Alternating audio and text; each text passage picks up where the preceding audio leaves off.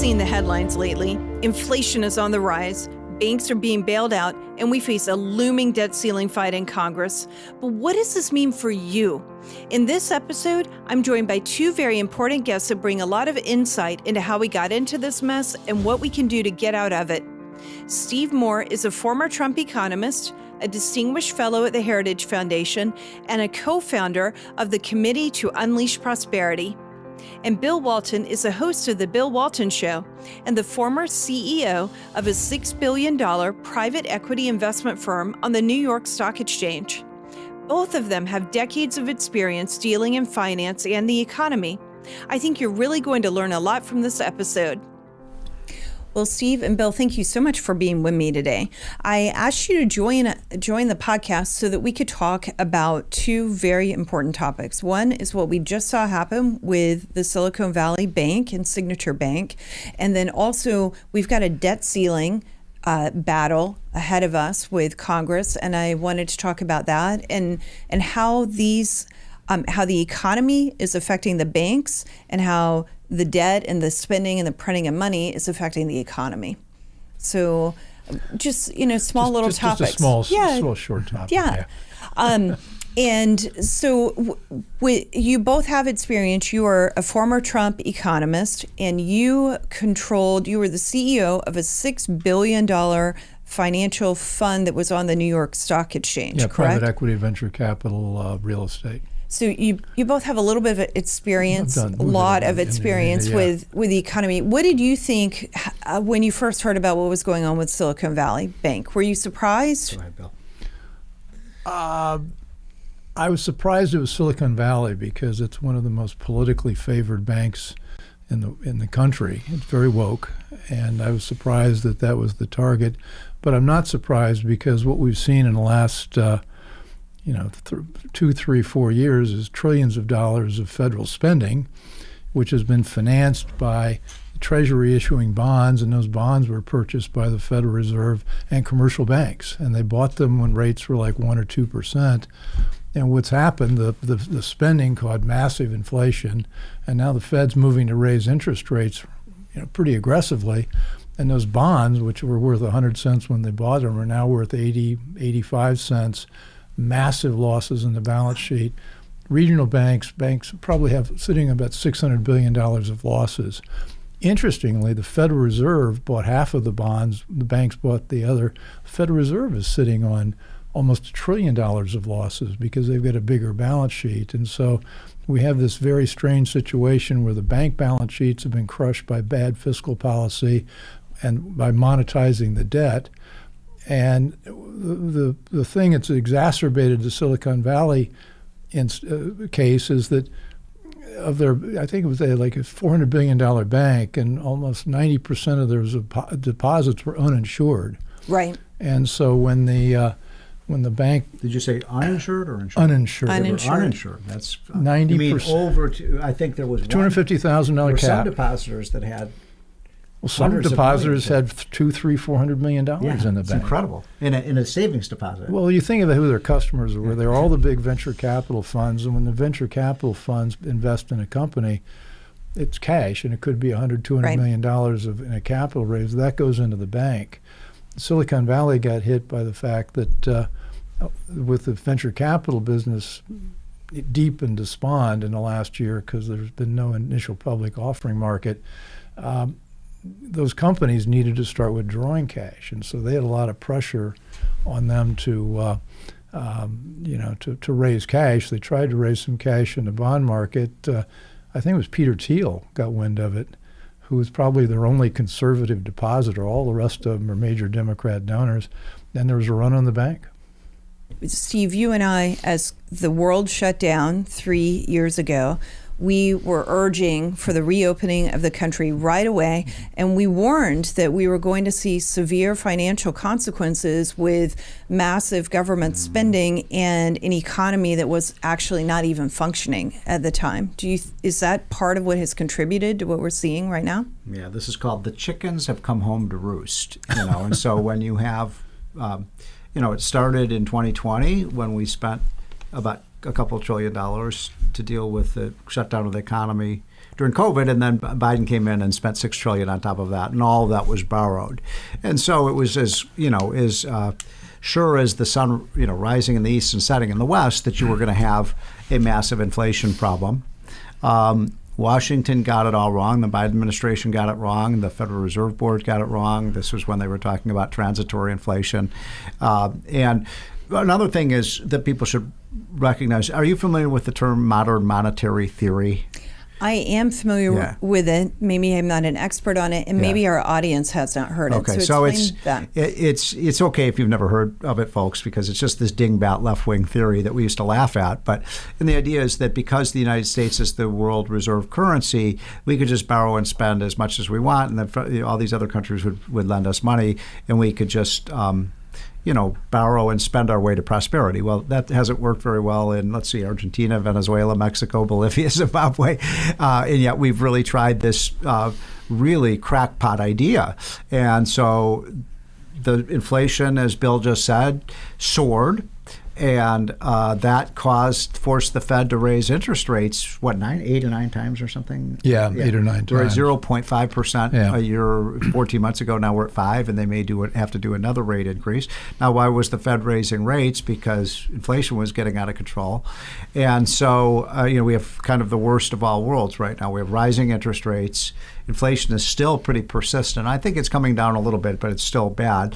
Americans' finances, their family finances, nobody talks about that, right? They talk about the banks. What about our finances? Right. The three of us sitting here, except maybe Bill, you and I are too big to fail. They may think that Bill is too big to fail. That means I get bailed out. But I don't think I'm in the politically I doubt many of the people class, listening to this show are too big to fail. And so what worries me about this big picture is now you're getting this incestuous relationship between big business, big banks, and big government. And I worry that you're going to see, as these bailouts continue, it's already cost us $20 billion as taxpayers. I love this idea that, did you see Joe Biden say, don't worry, this is going to cost the taxpayer a penny. Right. Where's the money going to come from, Mars? Of course it's going to come from taxpayers. Right. So what worries me, and I'd like your thoughts about this, Bill. You're more an expert on this than I am. But, you have 4 banks right now. Let's see. You got Citi. Wells. You got Wells. Bank of America. And what's the fourth one? JP Morgan. How could we forget JP Jamie Morgan. Dimon? They're the biggest, yeah. So those 4 banks have probably control of 70% of the market already. Yeah. And I worry that the sharks are going to swallow up the minnows here. And we've all seen the wonderful movie It's a Wonderful Life with Jimmy Stewart, and he has his little building and loan, and it's a neighborhood bank, and that's how America. Small businesses get finances through. And I'm really worried that all those little banks are going to be like Potter, just buying up all the banks. And that's because then they become like public utilities. They don't even become private sector entities any longer. I think that's exactly what we need to fear, because we now have about 5,000 banks in America, 4,000 or 5,000. And we used to have 14,000. Wow. And Community banks are going away. Look at the source of entrepreneurial finance, it's not the big banks. It's not the 4 banks that Steve just mentioned. Right. It's all the community banks. And it's like they provide almost 60-70% of the lending for small commercial real estate. And so if you're an entrepreneur, those 5,000 banks are your lifeline to capital.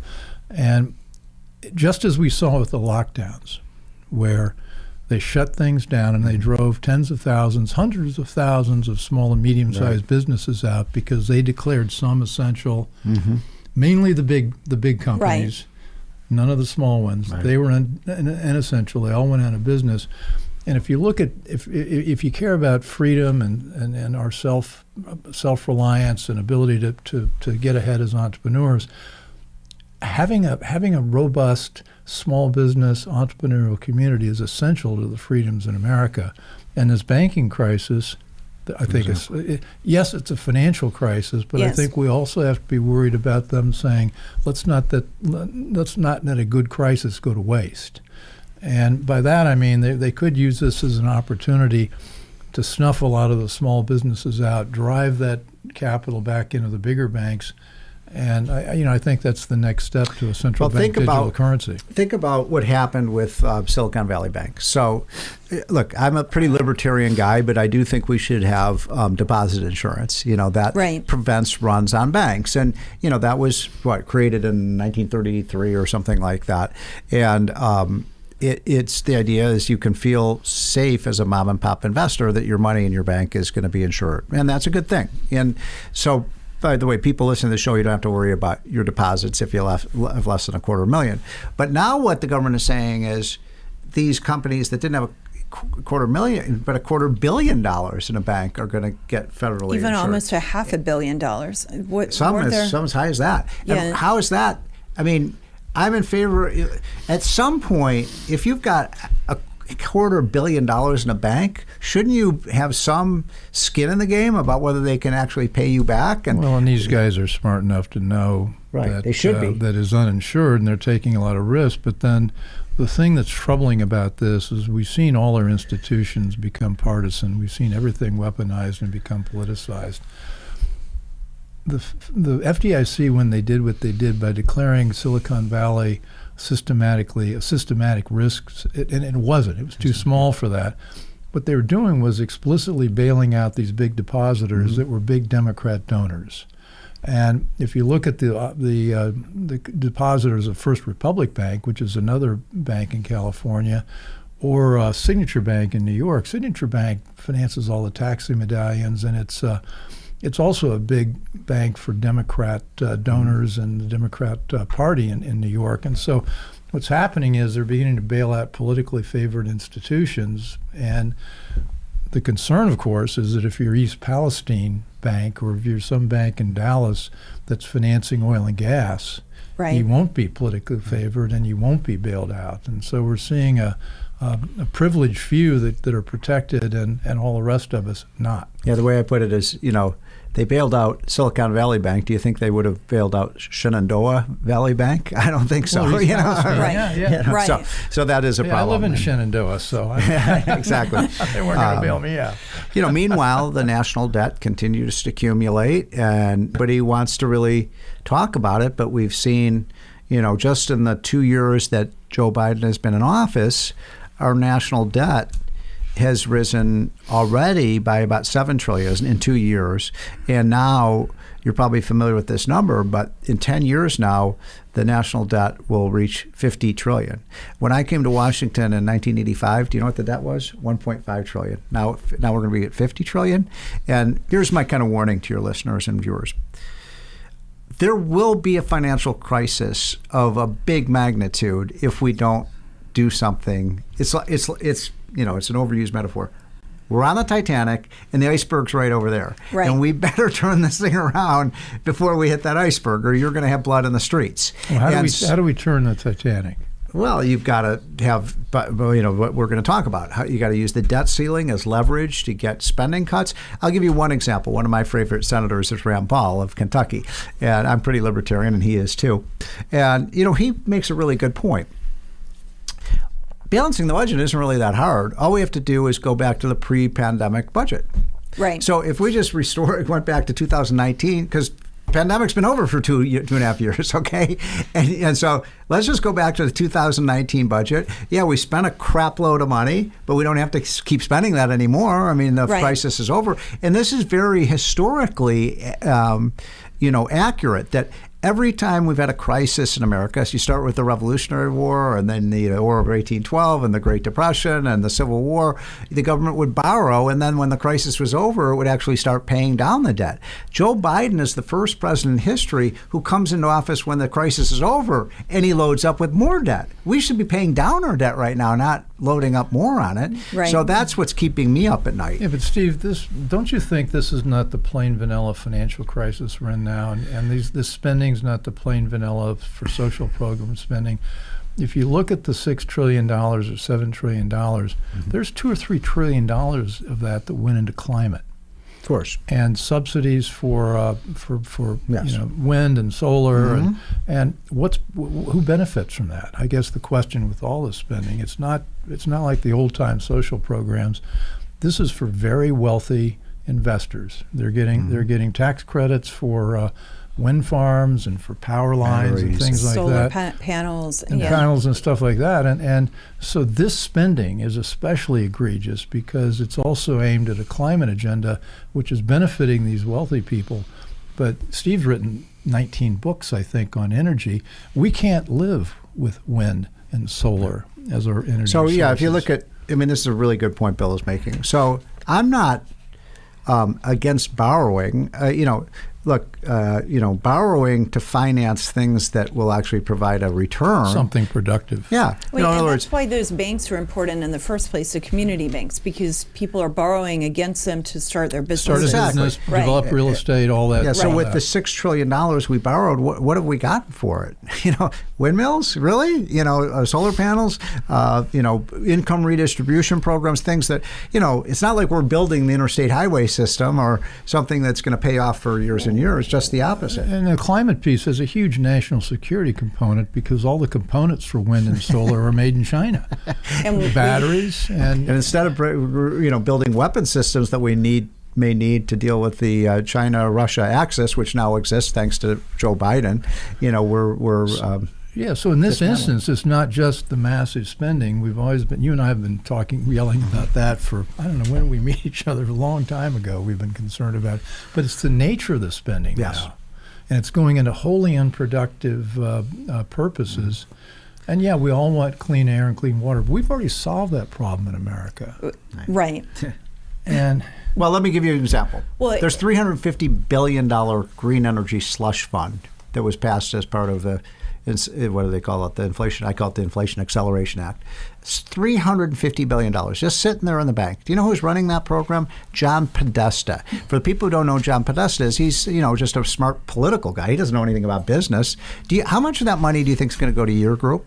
My group, your group. Well, you know where that money's going to go. I can tell you right now, there would be none going to ours because we don't take government money like that. Well, even if you did, they wouldn't give it to you. So my point is, we know where it's going to go to the Sierra Club. Right. It's going to go to the National Defense he doesn't know Council. anything about energy, but he knows a lot about who the donors are. Exactly. It's going to go to all of the groups that gave. This is a cash in, cash out, corrupt system we've created in Washington. Well, and then the money is fungible for those non-government entities and non-government organizations. So you give them money that they wouldn't otherwise have to raise, and that means that they can. And then they make donations to the politicians, and then the politicians appropriate more money, and then it's this vicious cycle. It's a very vicious cycle, and it empowers them and strengthens the NGOs, it strengthens the politicians, and it strengthens their issue set. While our side, we pay the taxes to pay. We're paying the taxes for it, and nobly we're not taking it in Tea Party Patriots Action. We're not taking government money.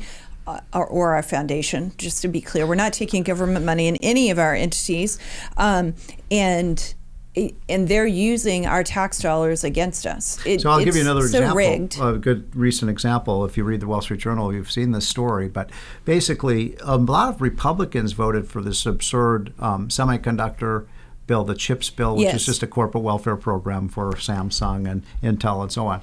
And so the first thing that people do with the money is say, oh, by the way, if you get that money, you have to use all union labor. Okay. Then have you built the daycare centers you need? Wait a minute, is this the CHIPS bill or the daycare center bill? I mean, and now the companies are complaining. It's like, wait a minute, this was supposed to be built semiconductors. Embedded in that are diversity, equity, and inclusion programs and critical race theory training, and then all the social agenda is also built into that money. Right. So that's the CHIPS bill for you. Right. Of course. Of course. And that's what happens when you let the government get involved in things it shouldn't be involved in the first place. And shame on those businesses who lobbied for this because, you get in bed with the devil and you start doing really bad things. So that's what's happened here. That's exactly right. I want to go back to something and just be very specific about something that you said. First, you said inflation was increasing, and so therefore they had to raise interest rates. Explain how does raising interest rates help slow inflation? For those who don't remember Econ 101 and 102. So, by the way, it's a theory I don't subscribe to, but anyway, you can but look, it was almost like government was taking $100 bills and dropping them out of helicopter windows, right? So all this money was spraying in an economy. And of course, as Milton Friedman taught us, inflation is just too many dollars chasing too few goods. And that's what we had. So the prices went up. Now, the logical solution to that would have been what? Cut government spending, right? There's way too much government spending, so they didn't want to do that. So the Fed wanted to suck that money out of the economy by raising rates. We could have an argument about whether they did the right or wrong thing there. I'm kind of agnostic about it, but the fact is that we've had this massive increase in interest rates. This is the other thing. I don't feel a lot of sympathy for these banks. I wrote a piece 3 years ago in the Wall Street Journal that said, hey, the federal government should be locking in these low interest rates. Let's issue 30 and 50-year bonds because we have the lowest interest rates we're ever going to have. Everybody knew, you knew it, interest rates were going to go up. They couldn't stay that low, right? And so why is it that I don't get this. Why didn't the banks understand it? They were setting on all of these billions and billions of dollars of bonds that were going to lose money. Why were they so stupid? Because 14 years of not paying zero interest on deposits, they forgot to learn how to be bankers. They forgot to learn how to manage their balance sheet. Yeah. Unbelievable. Silicon Valley. But here's the thing, I'm angry about this because then what we do is we bail out the people who make bad decisions. Let me go back to the interest rate question, though, because here's William McChesney Martin, one of the Fed chairmen, great name. I mean, I wish I had a name that fancy. He said the Fed's job is to take away the punch bowl when the party's just getting good. And so the theory is that if the Fed starts raising rates, it'll slow down the economy, and slowing down the economy will somehow cause inflation to go down. But I don't necessarily subscribe to that, because what do rates do? It basically prevents people. They borrow less money to finance manufacturing and buy inventories and stuff like that. Right now, our inflation is in services, and it's not clear that raising interest rates is going to do much to that inflation. So I'm really concerned. And instead, I'm sitting with the champion of supply side.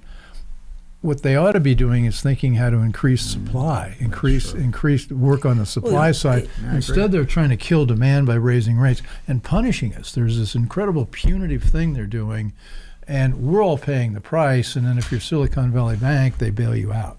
Right. That's right. So this raising rates is their old-time theory. I don't think the Fed is going to succeed in wringing inflation out just by raising rates. Steve's right. We got to cut spending. We do have massively. to cut. We have to cut that spending, and there's still. Hold on. Let's go to that. Hang on just a second. Let's go to that. But let me go back to one of the other things that you said, just so that we're just, because we're kind of glossing over big terms and big ideas. And I want to make sure if people aren't completely familiar, they understand. So when you said, and I just completely agreed, when Biden said that it wouldn't cost the taxpayers any money to bail these banks out, of course it's going to, right? And I completely agree with that. But explain why, just in case people don't understand how it is actually. Well, what they're telling us is that the FDI, the Fed, the deposit insurance money is technically funded by fees that banks pay. And so banks are charged a fee based on their deposits to how much they got to pay into the fund. And so what they're trying to tell us is that all these bailouts are going to just come out of that fund. Well, that fund's $180 billion. And there's $17 trillion of bank deposits. And there's no way that fund can begin to cover that. And then if you did charge enough fees to amp that up to $1 billion, $2 billion, or whatever it was you needed, these little banks that are already suffering, they're going to get clobbered. And so the taxpayer, the little guy pays regardless of what Joe Biden says. Right. He's clueless about it. He's lying to us, in fact. And the money does drop out of helicopters when the government keeps spending money.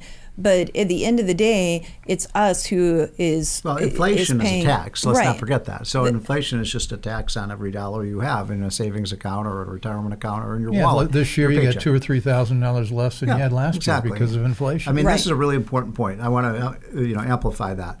So virtually every month that Joe Biden has been in office, the middle class has gotten poorer. Did you know that? Yes. Maybe 1 or 2 months not. But the average middle class family, because this is not complicated, inflation's run at 6%, and wages and salaries are growing at about 3.5%.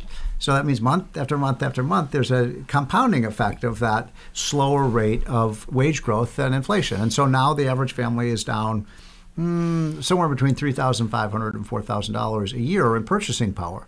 Well, if you're making $70,000 a year, that's a big, big dent in your. Well, I mean, the irony is one of the things I was proud of under Trump was that we had a $6,000 gain for middle class families. Almost all of that has been eroded in Biden's first 2 years. Sad. It is. It's very sad. And then, so now let's talk about what we were talking about with the debt ceiling and the money that is continuing to be spent and how that contributed to the problem.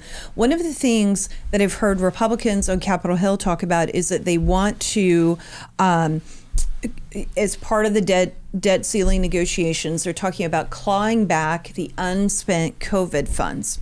And I just sit there hearing that, and I think that is such a no-brainer. Of course. I mean, why are we even arguing about it? Yeah. If it hasn't been spent yet, why are we possibly going to reward people for not working or whatever else it might be used for? Just stop that. Just stop. That's part of the problem in the first place. Let me just respond to that. I mean, you're of course right. It's such a logical thing. And I love what Sarah Huckabee Sanders said. Like, we're for common sense, they're for crazy, right? And so they're for crazy. And so look, let's be very clear about this. When Biden came into office, what did they do? Well, they exercised their mantra and their theme, which is a crisis is a terrible thing to waste. So for the last 30 years, you and I have been fighting these street wars against the left. They had this Pandora's box of things that they wanted, all these spending programs. And now they had the opportunity. It's like, oh yeah, we'll do all these crazy lunatic programs and we'll say this is COVID relief. And so it's all the climate change crap and all these things. DEI. Right? I mean, that's what they did. The government, the last thing we needed when Joe Biden came into office was $2 trillion more spending. Right. We were already in a recovery, for goodness sakes. Yeah, the economy was so they're devious. All 8 cylinders were hitting. And so now, as we look at, you were saying that the way that we can solve part of the problem, because Bill asked, how do we turn the Titanic around? And you were alluding to that with the debt ceiling and the negotiations. Go into. I feel very strongly about this. That I've been in this town a long time, 35 years.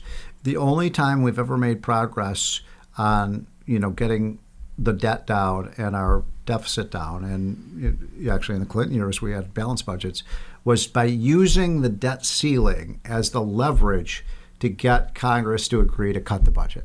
And that's exactly what the Republicans in the House are saying.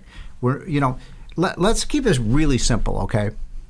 So you're running a business, and let's say you have a bad year and you lose it. So you have to go to your bank and you have to say, hey, you know what? I need a loan, or I need a letter of credit. What's the first thing the banker is going to ask? Okay, what's your plan for getting out of debt? Right? That's all we're saying. Joe Biden, you want another extension of the credit card? What's your plan for getting out of debt? Oh, no, I don't have a plan. That's what, I mean, come on, really? That's his stance? I don't have a plan? What should Congress ask for? I mean, what's the trade here? What's the negotiation?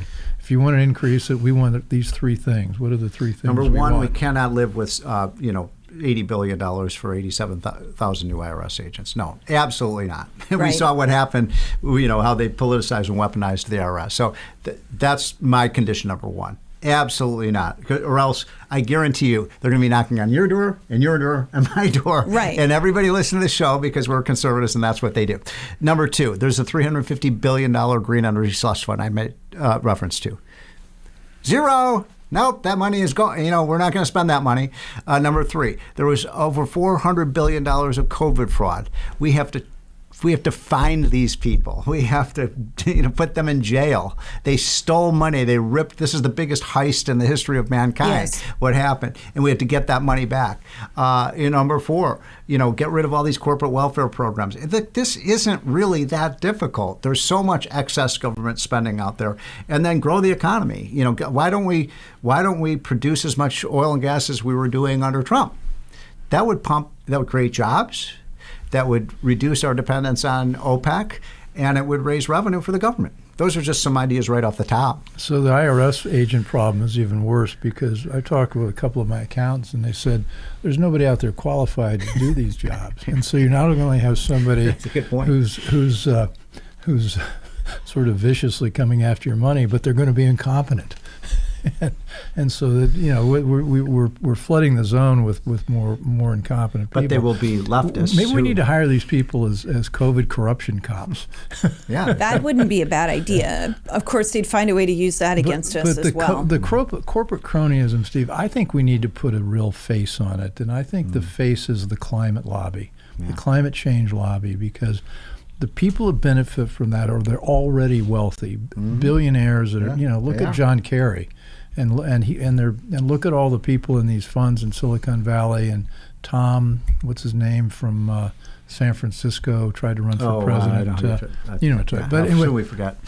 this is a really unattractive cast of characters. And I think if we want to go after cronyism, corruption, I think the biggest single place we ought to focus on is climate change, because the dirty little secret about climate change is none of the things they're proposing are going to work. And they're going to impoverish us.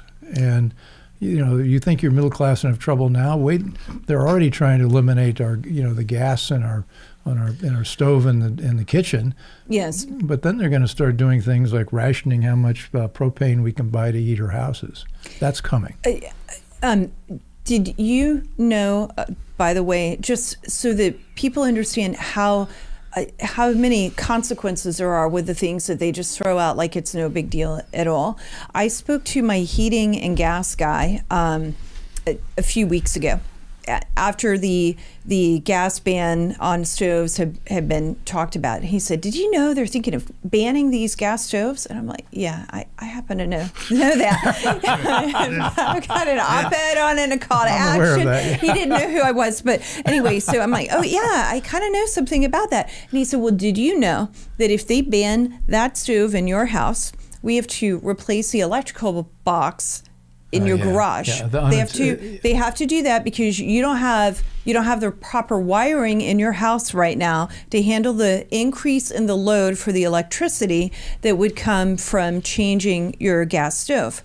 And he said, in a lot of places, maybe not where I live, but especially in the Northeast in older houses, that they may very well have to change the electricity coming from the street to the house. So you have to run another wire from the street to the house. Then you have to change your breaker box and everything that goes with that. Then you have to run the electrical wires to your stove, remove the gas lines, and then the cost of your stove on top of that. And I was like, wait a minute.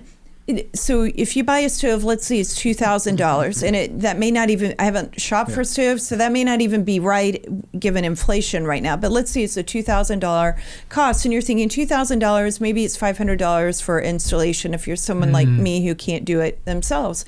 We're talking about a $10,000, $15,000 change to my house. That's insane. But there's more. Hold on, there's more to this though, because what they're going to do is they're going to be able to then monitor how much electric power you're using, and they're going to ration it. So, you know, we're seeing this in a lot of areas now. You can't set your temperature in your home, you know, above, below 74 in the summer and above, 68 in the winter. And, you know, they are going to start rationing your electric power. It's really. Isn't that the mantra from Davos, the World Economic Forum? Yes. I mean, they're not even citing You're going to learn to live with less and be happy about it. Right. You're going to own nothing. With Klaus Schwab in charge, own nothing, yeah. So the same heating and air guy started sending me all sorts of links and telling me more, because he was saying, this is like my kind of guy. He was great. Like, wow, can you do more research for me? But because he's encountered it, and he said they also have changed how you can cool your refrigerator. So the coolant in the refrigerator now is more explosive than it used to be, and the Freon that you might need to use for your air conditioning, it costs way more, because since Biden went into office, what used to be like a $2 can is now a $25 can or something like that. Okay. Can I just say one thing about this? I have to be nonpartisan here. All this craziness about energy efficiency, do you know when this started? I'm sure that it was under Bush. Yeah.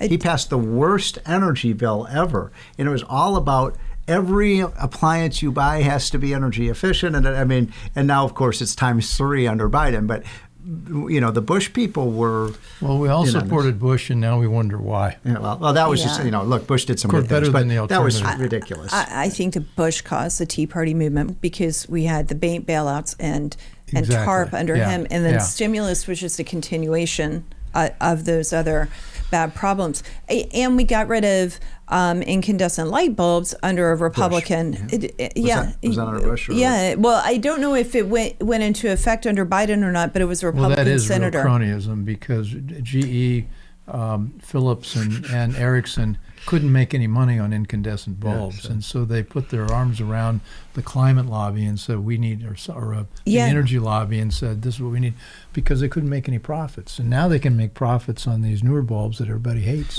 Well, and I reached out to someone in Washington D.C. either about the refrigerator or about something else from from my heating and air guy. And I just was like, it's an expert who we happen to know, Myron Ebel. And I said, how in the world did this happen? How did it pass? And he sent me some information, and basically it was a crony deal. Like Republicans were signing on to some really crazy bad bill because a corporation, I think in Louisiana, thought it would benefit them, I guess because they could go replace all of our equipment in our house. It's just craziness. One thing that, just a practical tip to your listeners, everybody should have a generator. You're not going to be able to depend on the electric grid system any longer. Do you have one? Yeah. It's just a matter of your health and safety. You bet I've got a generator. Because we're going to see brownouts and blackouts planned and, through just incompetence.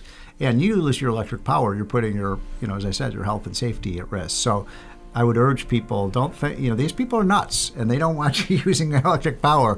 And it may be, sometime soon, the only way you're going to get it is from your own, private generator. My conversation with Steve and Bill covered so many topics that we're splitting it up into 2 episodes. On the next episode of the Jenny Beth Show, we continue with topics like central bank digital currency, how diversity, equity, and inclusion are harming capitalism, and the struggle of small businesses to grow in today's economy. Be sure to check us out on the next episode of The Jenny Beth Show. The Jenny Beth Show is hosted by Jenny Beth Martin, produced by Kevin Mooneyhan, and directed by Luke Livingston. The Jenny Beth Show is a production of Tea Party Patriots Action. For more information, visit teapartypatriots.org.